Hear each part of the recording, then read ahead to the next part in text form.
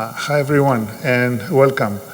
I'm very excited today to present our speaker, Dr. Joseph Howard from NASA, who will talk to us about imaging the universe. Dr. Howard received his undergraduate degree in physics from the US Naval Academy and his PhD in the Institute of Optics at the University of Rochester.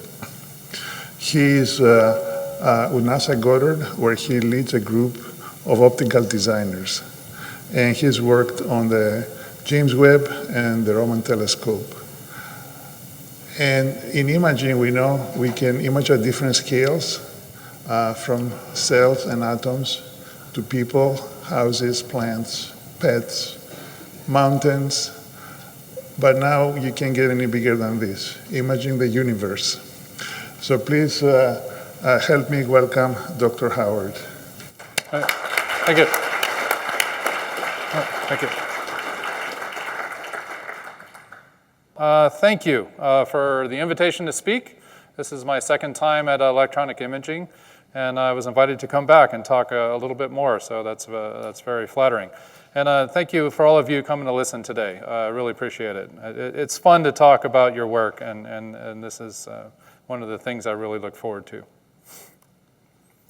So I'm going to talk about, here's the agenda of what I'm going to talk about. So why does NASA make space telescopes? I'm going to just set the motivation real quick. And then I'm going to give you a little bit of optical design. So one neat thing about coming to this conference is that all of you think about what to do with the images and how to make them better, and and just how to work it for either the science or whatever. But I'm mostly a hardware person, so I spend all of my time on creating the designs and building the hardware in order to create those images. So I'm going to give you a little taste of engineering in that, just hopefully that's something you can take with you. And as a thank you for all of the stuff I've learned about the various aspects of image processing. And then after a brief engineering lesson, I'm going to go through essentially the NASA's decadal survey missions, which is mainly what I'm here about. The really big telescopes that we do. A little bit on the past. I'll spend the most time on James Webb, because that's what I spent 20 years on. And then I'm going to try to excite you about the next one, which is going to be launched in a few years, called the Roman Space Telescope. And then briefly talk about the Habitable Worlds, which is the next big one for the 2040s, and how potentially many of you could get involved, because we're looking for new ideas on how to make things better. So NASA is a great place to work. This is our vision and mission. And so the vision essentially is to explore secrets of the universe. And we explore the unknown in air and space for innovation for the benefit of humanity, et cetera. But the explores the unknown is the key here. And in the specific aspect that I'm going to talk about is astrophysics, right? So astrophysics is our scientific endeavor to understand the universe and our place in it. And there's three main questions for astrophysics that NASA pursues. How did our universe begin and evolve? How did galaxies, stars, and planets come to be? And finally, are we alone? I mean, these are really fundamental questions, and in order to do that, we need to make telescopes in order to make measurements. But first of all, I've been an employee of NASA for over 20 years now, and it's a great place to work. And of 11 of those 20 years, we even got the top rank of all the US federal agencies to work for. Once a year, there's a survey that goes out to everybody that works for each agency. And you can either trash your agency or elevate it. And in general, NASA comes out on top for all the large agencies. So it's a really cool place to work if you're interested in finding a new place to work. Okay, so why space telescopes? Why not just leave them on the ground? Well, there's three key advantages for going to space. One is you're above the atmosphere, and atmosphere can cause turbulence, right? And so without any atmosphere, you get better resolution. And there's no absorption in that atmosphere, so you can see all the wavelengths. The second main reason to go to space is that you can place yourself in a very stable environment. You don't have all the ground vibrations that large ground-based observatories have. And thermally, if you set yourself in the right spot behind a shade, you can have very few thermal changes, which can cause a lot of problems with stability. And if desired, if you have an observatory that wants to look deep into the infrared, you can get very cold. because the background of space is very, very cold. And for all of these reasons, the telescope is a natural design form that you want to use to directly observe objects in space, but you can also indirectly observe as well. And I'm not going to talk about it, but if you set up several telescopes that point at each other and measure their distance, you can evaluate the change in distance that they are, and that tells you something about gravity waves, which is a recent discovery by our ground-based observatories. So atmospheric absorption looks something like this. Let me get our, here we go. All right, so here are space assets, a list of them, and the light that comes down from gamma rays all the way down to radio waves, much of it doesn't come to the Earth. So it's important to have space assets to see them. In some cases, you can see the same things as the ground observatories, like through the visible spectrum right here. But if there's an opportunity to catch it on the ground, there's no reason to build it in space, or a few reasons to build it in space. For stability,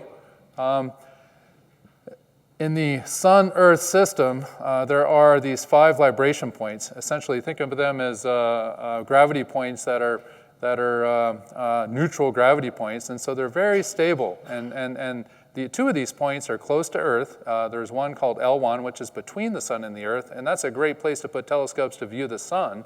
But the one L2 is the favorite place for astronomical observatories, because if you set yourself up there, the Earth and Sun are behind you, as well as the Moon, and those are all bright objects, and typically you want to look away. And as you rotate around the Sun once a year, you can see the entire sky. And finally, for our infrared observatories, we can get really cold. The background in space is less than 3 degrees Kelvin. That's negative 450 degrees Fahrenheit, or 270 centigrade. And it's extremely cold, and so you can just radiate all that heat away. And if you do a passive radiation, you can get down to about 35 Kelvin. If you do actively cool yourself, you can get down to less than 10 Kelvin. And so you can see the very cold signatures of the universe. And this is what the background looks like, as measured by our microwave probes that sent several decades ago. So how do we decide what telescopes to build? So NASA gets a lot of money that trickles down into the science aspect of NASA, and we don't choose that ourselves. So what we do is once a decade, we essentially ask the experts, and that comes in the form of the National Research Council from the National Academies. And they gather a committee of all the world-renowned experts, it could be US or even international, and they form a committee, and they spend a year or two creating a report. And that report says, if you're going to spend $1 billion on a telescope or multiple billions of dollars, this is where the priority should be, because this is where science needs to go. Some of the people that are on the committees, a couple of them are potentially NASA, but the majority are in academia and other groups.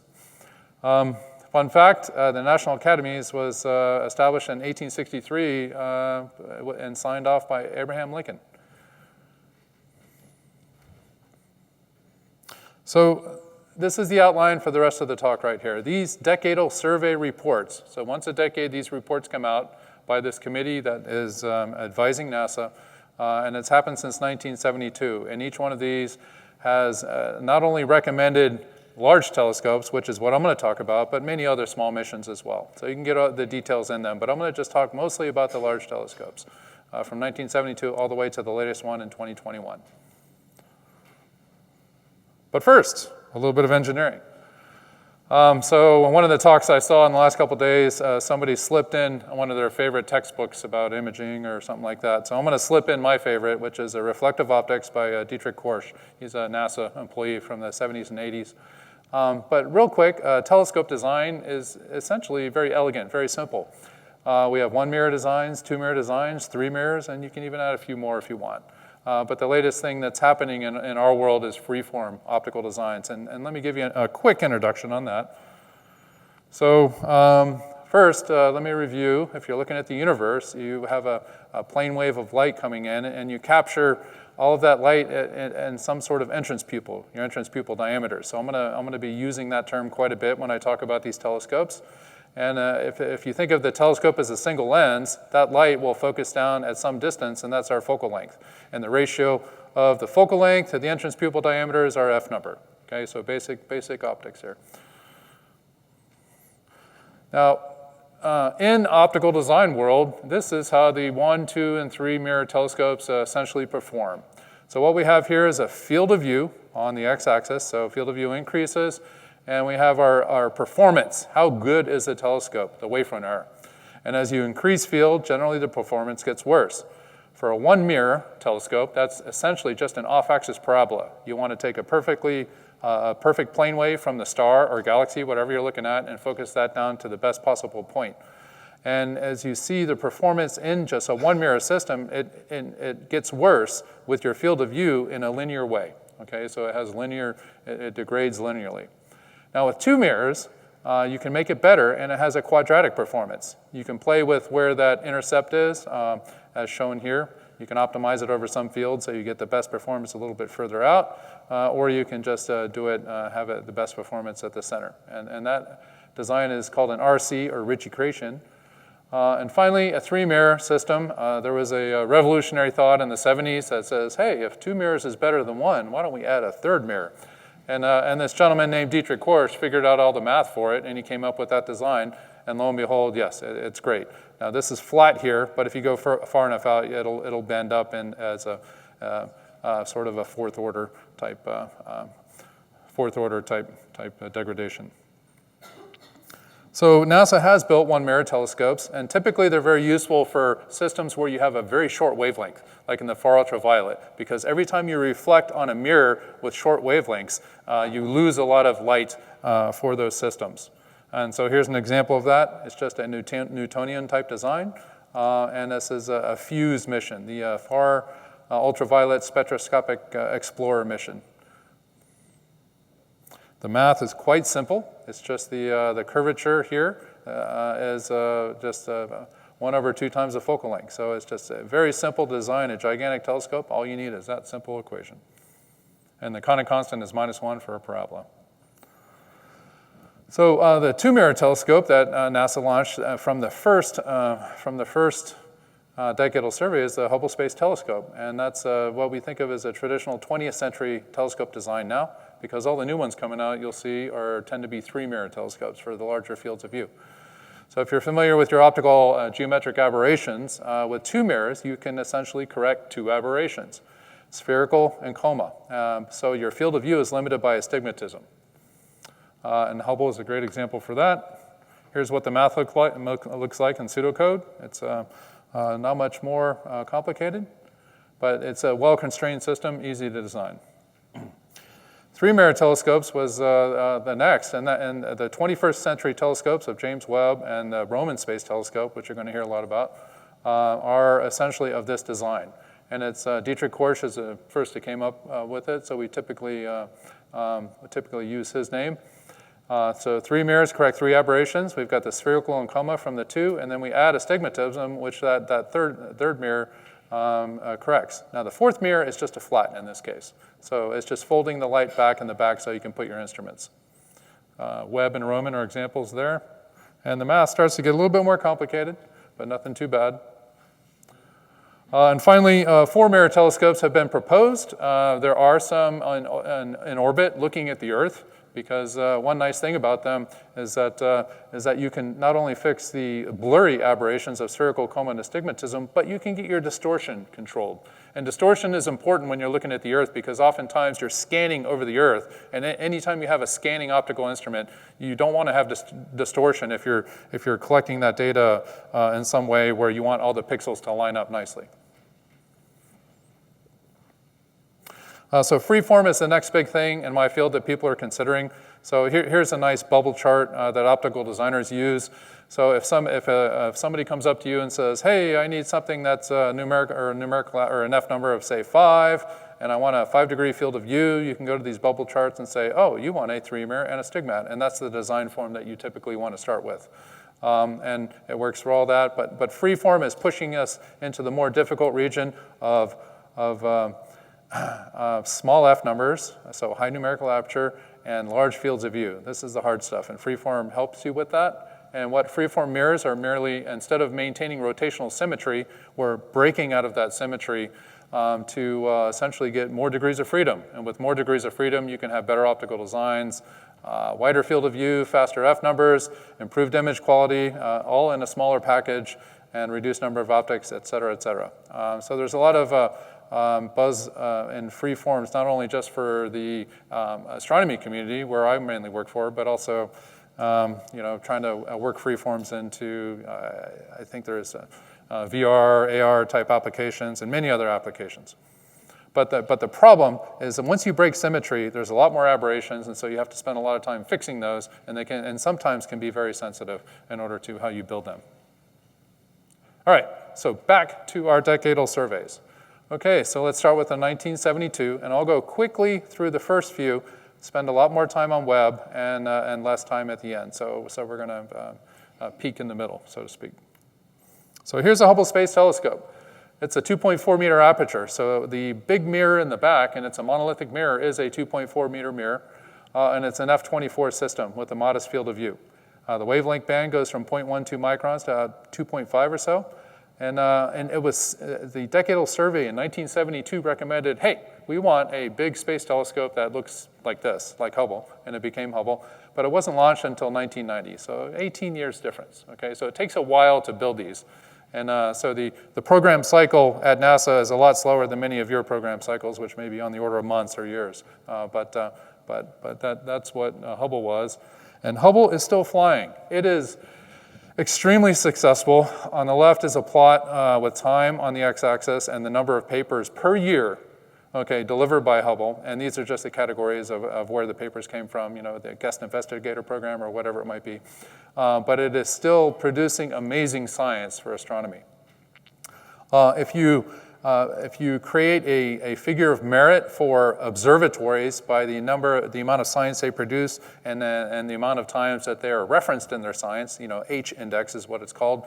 If you do that, Hubble is number one for all of the observatories, and even the ground observatories like Keck, VLT, whatnot, and other space observatories as well. So Hubble is just an amazing production of science. Now down here at the bottom, I just want to point out one, SOFIA, which is an airborne observatory. That's way much less than that. And this metric is what NASA uses sometimes to retire systems that aren't performing in a science way like this. And SOFIA was recently retired. All right, Hubble is for everyone to use. Anyone here can apply for time on Hubble in order to observe something they want. Now you'll be competing against astronomers, but it's open for everyone. And the data that results from observations is accessible. Anybody can download it.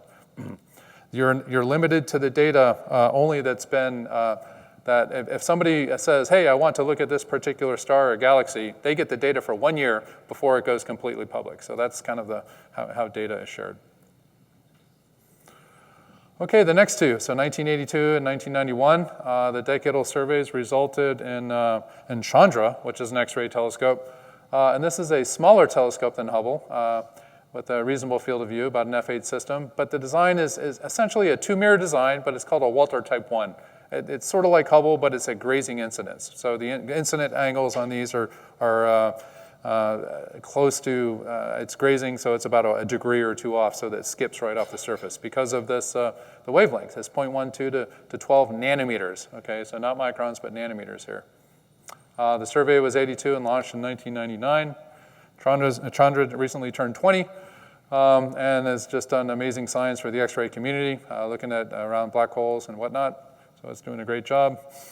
And Spitzer was another one that was launched during this era. This was an infrared. This is our first infrared telescope, but it was a smaller aperture, 0.85 meters.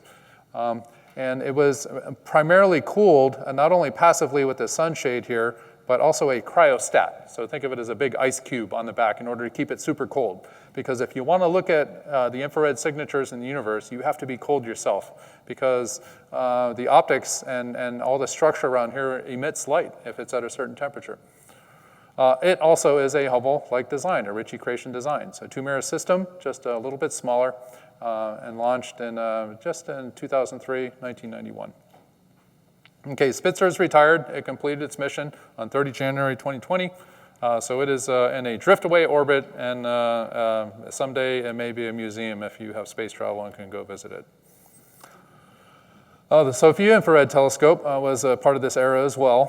It's a 2.5 meter aperture, and it was basically a hole on the side of the 747, and we would launch, basically fly the 747 over the Pacific and be able to view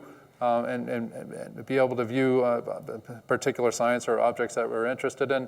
But its science production wasn't as much as it could be, and then a lot of maintenance issues or whatever, I don't know. But it's now retired, and if you ever get to Tucson, Arizona, it's located at the Pima Air and Space Museum there. Okay, so James Webb. This is what I've spent the majority of my career on. When I was an optical design student at the University of Rochester, I graduated in 2000, and this small program was starting up at NASA Goddard Space Flight Center, which is in Washington, D.C., or just outside of Washington, D.C., and they were looking for postdocs who could do optical design because they wanted to look at this next generation space telescope. And I jumped on it because my girlfriend, wife at the time now, was from that area, so it was an opportunity to go spend some time as a postdoc to do optical design, and then I've just been working on the James Webb for the next 20 years. So it is an F20 design. It's a pretty good field of view. The wavelength is in the 0.6 microns out to 28 microns, so that's near to mid-infrared. And it is now, we're in the 21st century now, so it's a 3-mirror anastigmat design. So bigger field of view, better performance. So we've broken that paradigm of going from 2 to 3 mirrors. So the primary science of James Webb that you'll hear about, and many of you, I hope, have heard about, is essentially because it's looking into the infrared, you can look further and further back in time towards the Big Bang. Okay, so the universe is expanding, and the expansion is accelerating. And because of that acceleration, a star that puts out yellow light like our sun, if it's super far away, because of that acceleration, shifts into the infrared. So to see it, you actually have to have an infrared observatory to actually see all the way back. So to see in time, you have to look further back, further into the infrared. And if you recall that blue oval ellipse of data, the microwave background data, that is actually looking further into the longer wavelengths, into centimeter wavelengths for getting closer to the Big Bang, right? Or microwaves. So Hubble only sees about this far. James Webb sees this far. So what I like to say is that basically we're trying to take the baby pictures of the universe. Okay. So in order to see in the infrared, you have to get very cold, okay? You cannot be hot yourself in order to do it well. So JWST needs to get about 30 Kelvin, and the recipe is quite simple. Go far away from the Earth. In this case, we're going to go way out to L2, and then hide in the shade. So we got this huge shade right here that blocks the moonlight, the sunlight, and also any reflected light off the Earth, okay? And where the location where we are is about 1 million miles away, 1.5 million kilometers, and it's orbiting this L2 Lagrange point. If you look at the observatory itself, it varies by hundreds of degrees. I mean, so the coldest spot besides one of the detectors which has active cooling in the mid-infrared instrument is pretty much the secondary mirror because it sits out here and it can cool off to the radiatively out to the sky. But the hottest spot are the electronics down in the spacecraft, right? So greater than 300 Kelvin. So it's just a huge range of temperature. And that made it extra difficult to test. So there's a saying that we have in the cryogenic community is that even a piece of cake is a brick at cryo, right? I mean, it's very difficult to test something like that at temperature.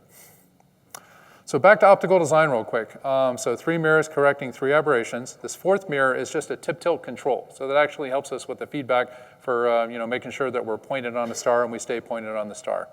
Now each one, this big mirror right here though, is composed of 18 hexagonal segments.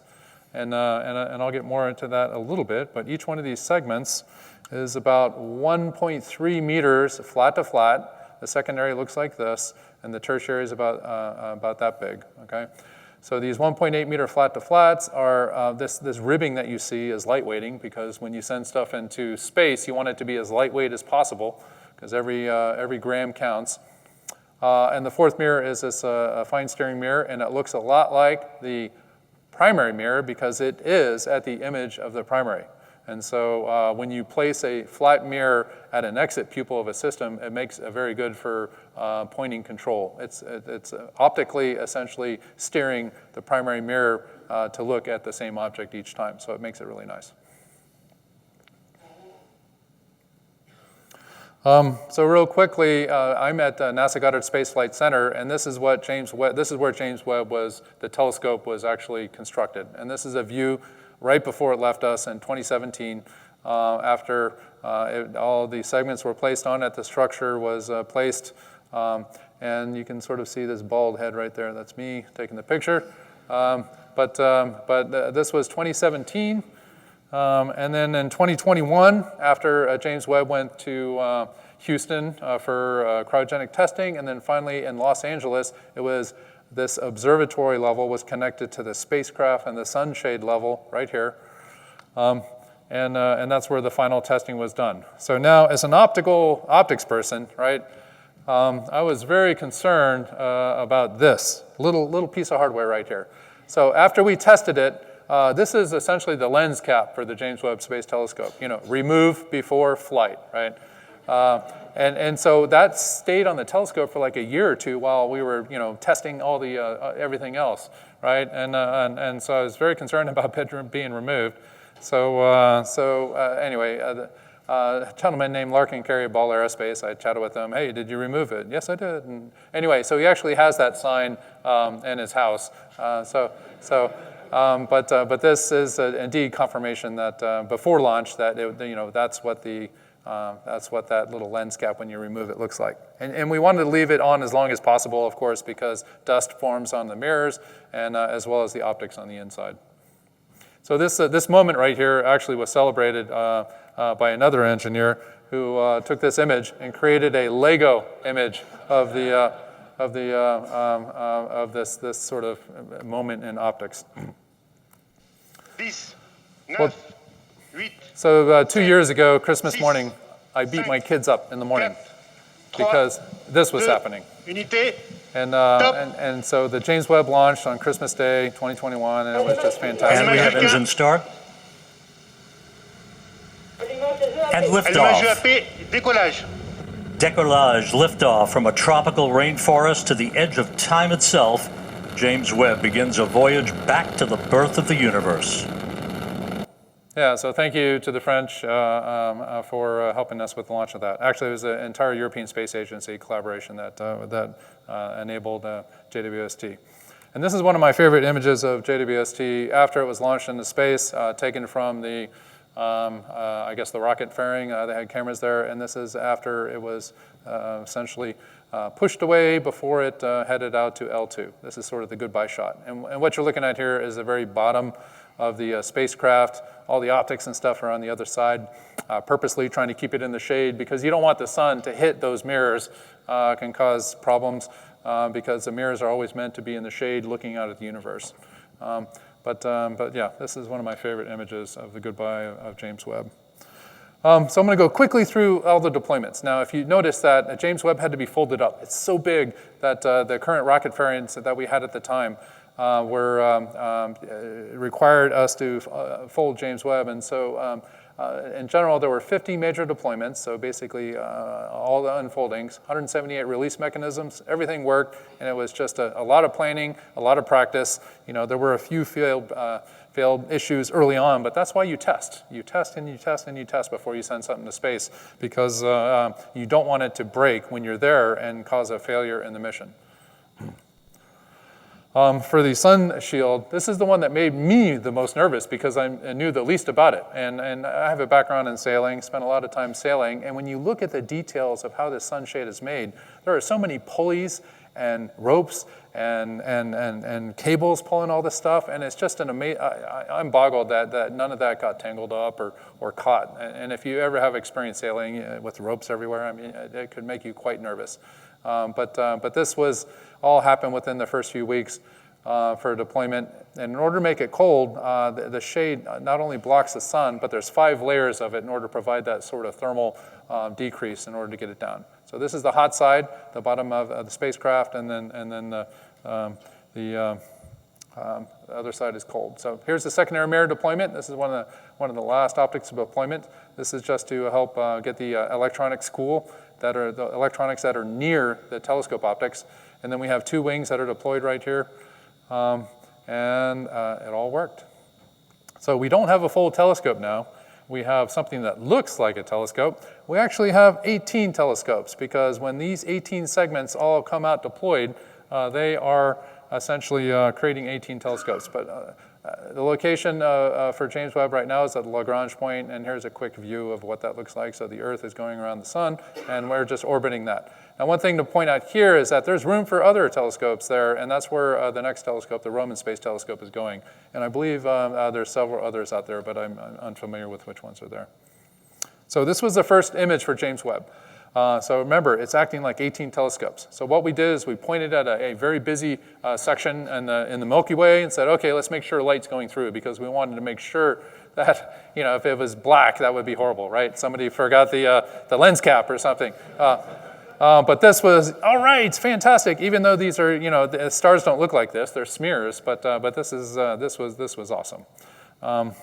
And then we had to align everything. So to align something, you need movable optics, and this is a quick summary on what those movable optics are. So every hexagon has 7 degrees of freedom.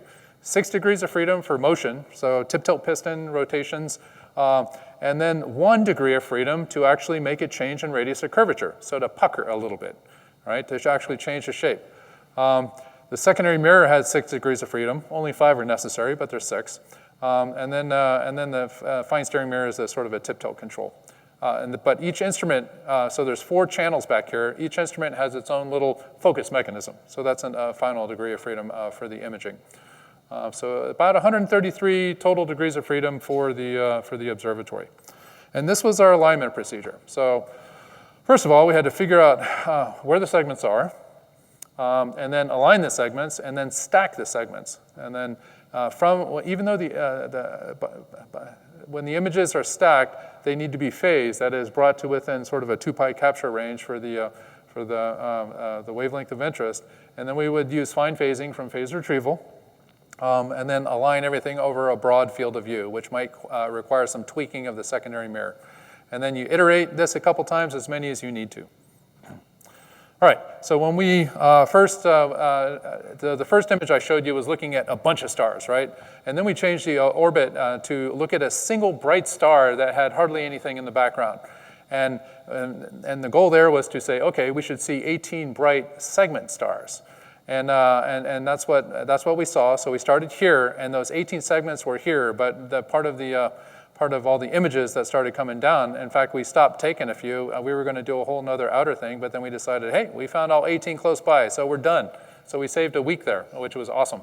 And then with those 18 segments, it looks something like this. So we got this mosaic of 18 segments, and then in order to find out which point comes from which segment, you just simply move one segment, take an image, and then and move another segment, take an image, and then subtract it, and you can figure out which segment is which. So this is one of the wings, the 3 segments. This is the other wings, and then the rest are from the other segments, and that's what happened.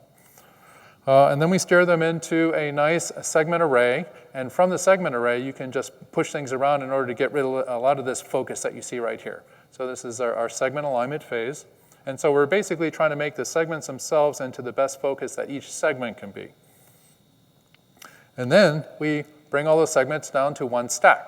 So this is a point spread function. So it's looking at a single star, unresolved star, but the size of the PSF is not a function of the full diameter of the telescope itself, but only a function of the diameter of each segment, because these segments are not acting in a single surface, in a coherent phase. It's very incoherently combined.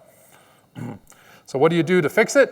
Well, you use gratings in our case. So if you take a grating and put it across your telescope image, and you put the grating at a pupil, and you start moving your segment and piston, because you want them to be on the same surface, you get these Barber poles, and that Barber pole gives you a signal of how far out of phase you are. So that's how we do our coarse phasing for the segments. And then, once we get the coarse phasing done, we'll do fine phasing using phase retrieval. So these are, many of you in the audience use phase retrieval. For us, in order to get rid of some of the symmetries associated with phase retrieval, we go in and out of focus on both sides.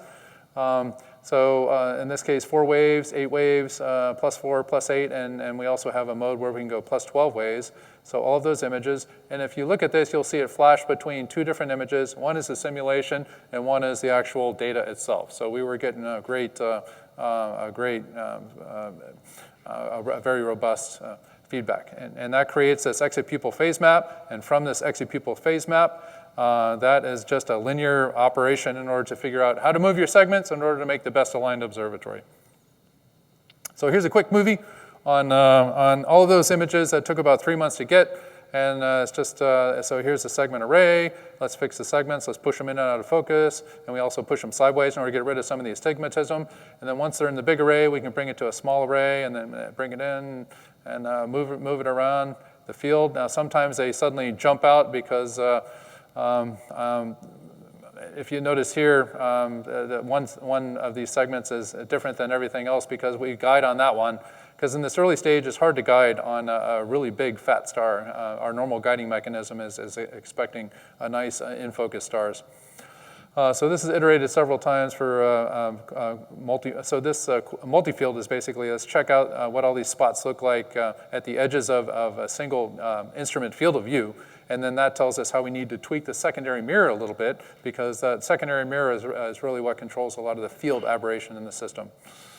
And then the segment, we iterate on the segment alignment again, and this should start to get a lot better. So we purposely push it out of focus because that's where we get the the best phase retrieval. And that focus is done with the secondary mirror. So now we're going out of focus again. Here are the Barber poles for the coarse phasing. In and out of focus again for fine phasing. Coarse phasing here, let's go. And then we bring in the lights in, and we're almost done. Here we go, keep going. Oh, that is done, all right. Okay, and the end result is, this was the money shot for engineering, right? So the engineers had the telescope first before we handed it over to our scientists. And we got the first phased image on a segmented observatory in space. So that was an awesome moment. And one thing that was cool about this is not only was that super bright star that we overexposed purposely for dramatic purposes, is that we got photobombed by all of these galaxies. It was like, wow, check it out. We thought we were alone, and now we're seeing all this stuff. And the astronomers, of course, knew all this was going to happen, but it was pretty cool for the engineers to say, wow, check it out. And then the final checks are basically an image sharpness check. We go to each one of the instruments, which are laid out something like this, make sure they're all nice and sharp and in focus. And here's an example from Spitzer, which I previously talked about. This is an image that we would get from Spitzer, and this is how much better it gets for Webb, the mid-infrared. So we're going slowly from Spitzer to Webb. So it's an order of magnitude or more improvement, and that's why we do it. So in summary, 3 months of engineering time, 7-step process. This is what happens. And in fact, it went so well that we actually saved some time to hand back to science. So that was really cool, and just things worked well. So real quick, if you see an image from a NASA Space Telescope, and you look closely at a star, and the stars are the ones that give you these spikes, okay? The galaxies don't do that, but because the stars are unresolved, and it gives you the PSF. If you see something with 6 spikes, that is a James Webb image, because this is the pupil function for the James Webb, right? It's a large hexagon here, and then there's all these little gaps as well. But it's mainly the large hexagon, which gives you this 6 function sort of thing. And then you also see this left-right that comes from this segment, or the strut that holds the secondary mirror. Now for Hubble, you get the more traditional cross, okay? And that comes from the segment, or the secondary mirror support structure right there, okay? So next time you see an image, you can tell right away, oh, is that James Webb, or is that going to be Hubble or something else? Our image quality met all the diffraction limit requirements, so we were thrilled with that. Stability, this is a measurement that I was really involved with because that's the first, from the beginning, I did integrated modeling for NASA, and this was kind of cool to take something you had modeled for 20 years and actually test on orbit. So basically, we take the telescope, we point it in one direction, we move it 45 degrees to another direction, and so the sun angle changes and the temperature changes by a small amount, and you predict how much the wavefront's going to go bad, and you get something that looks like a thermal time constant, which is exactly sort of what we saw. And it ended up being about 20 nanometers. We were expecting up around 30, but we had added a lot of uncertainty to it, so we were thrilled with this stability right here. And this is going to be a major challenge for the next big observatory that I'll talk about in a little bit. But this stability check was, to me, one of the most gratifying plots to make. And what do you do after you do all this?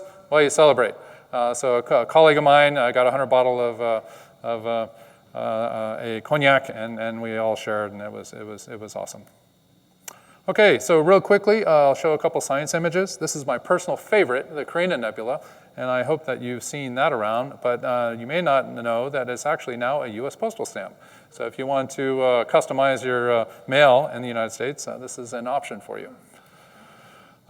Deep field is really cool on the James Webb. I mean, I don't know how far back we're seeing, but it constantly gets updated. But one thing else you can see are these gravitational lensing. And so what that is, it's light gets bent around large objects in the foreground and actually forms a lens. And you can do a lot of neat science with this. In fact, sometimes you can actually use it to find planets as well. That's a technique to find planets around nearby stars. We have several spectrometers, and here's an exoplanet, so a planet around a nearby star that's a gas giant, and this is the composition of what's in that gas giant, so a Jupiter-like planet.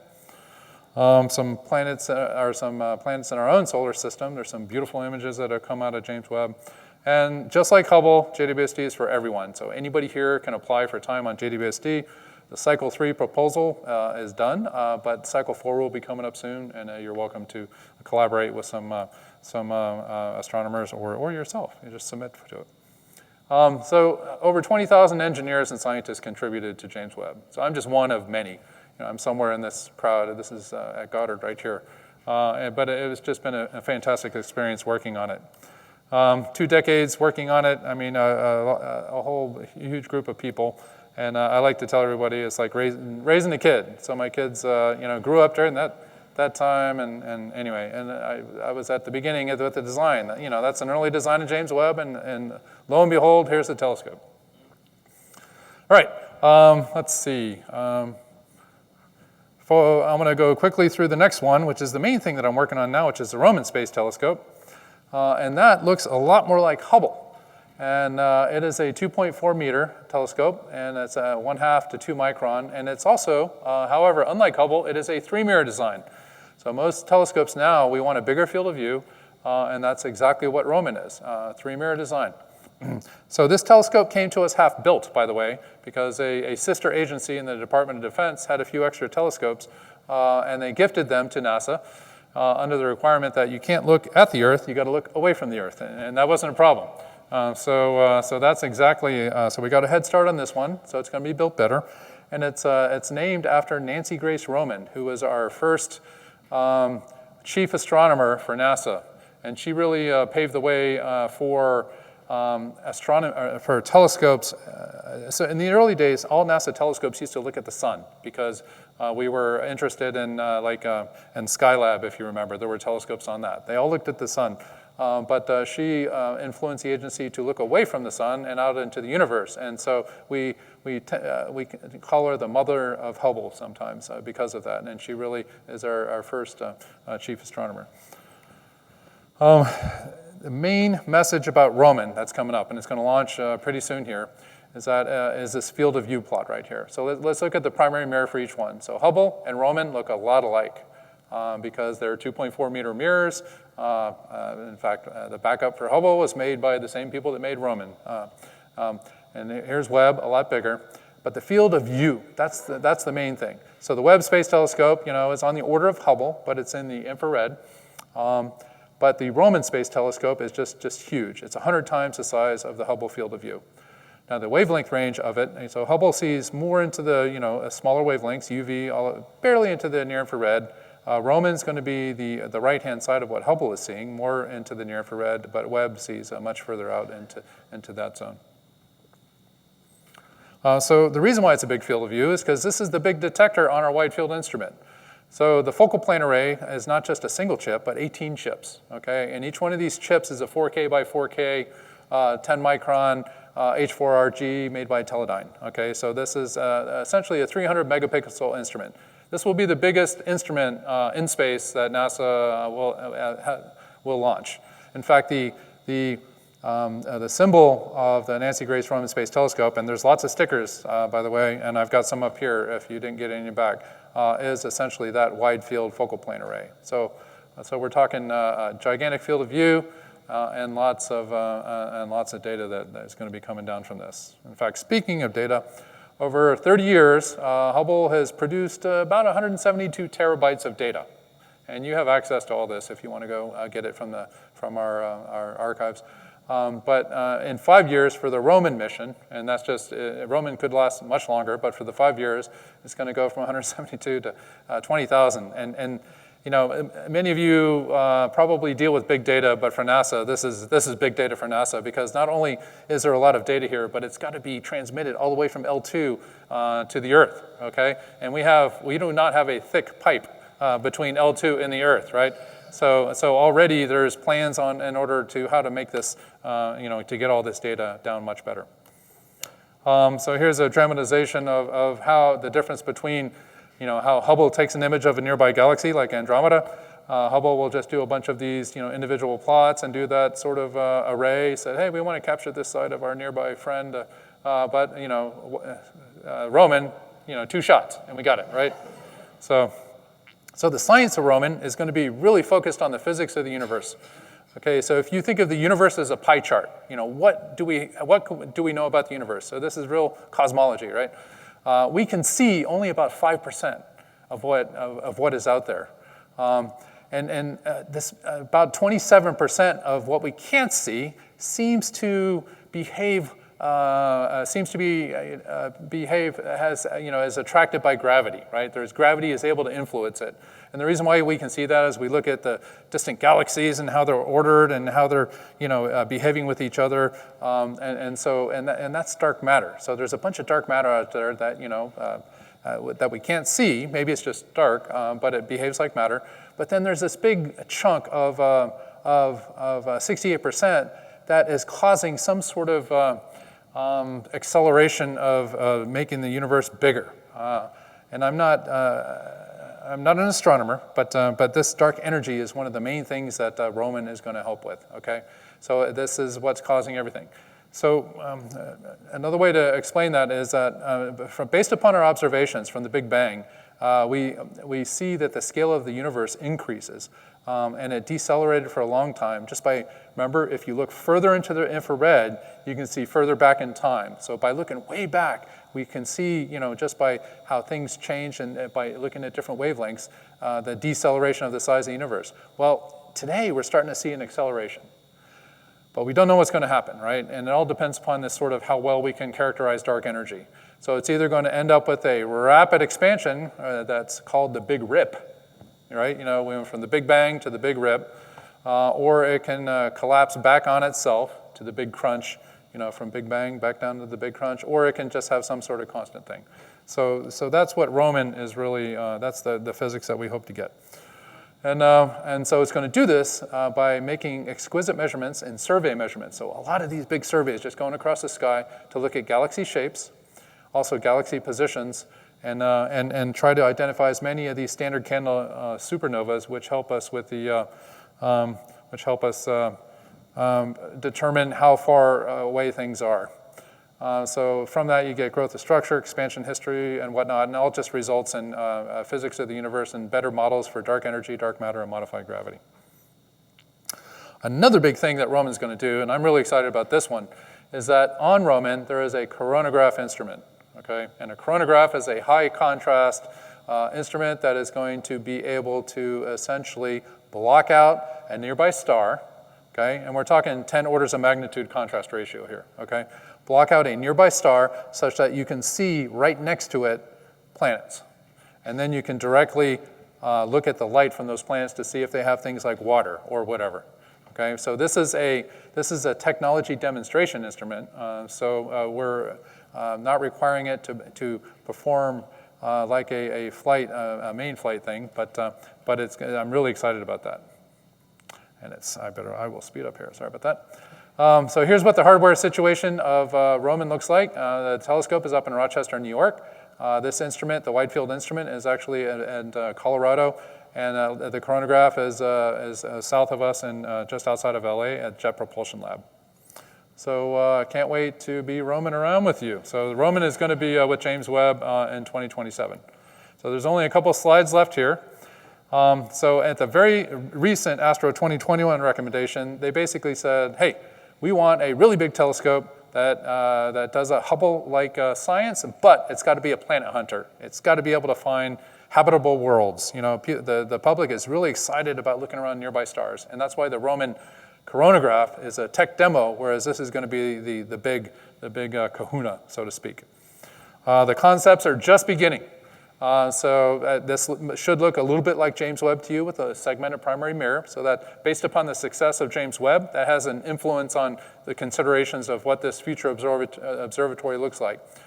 High contrast instrumentation is a very high significant concern, as well as ultraviolet instrumentation and stability, stable structures. That's going to really enable what this mission does.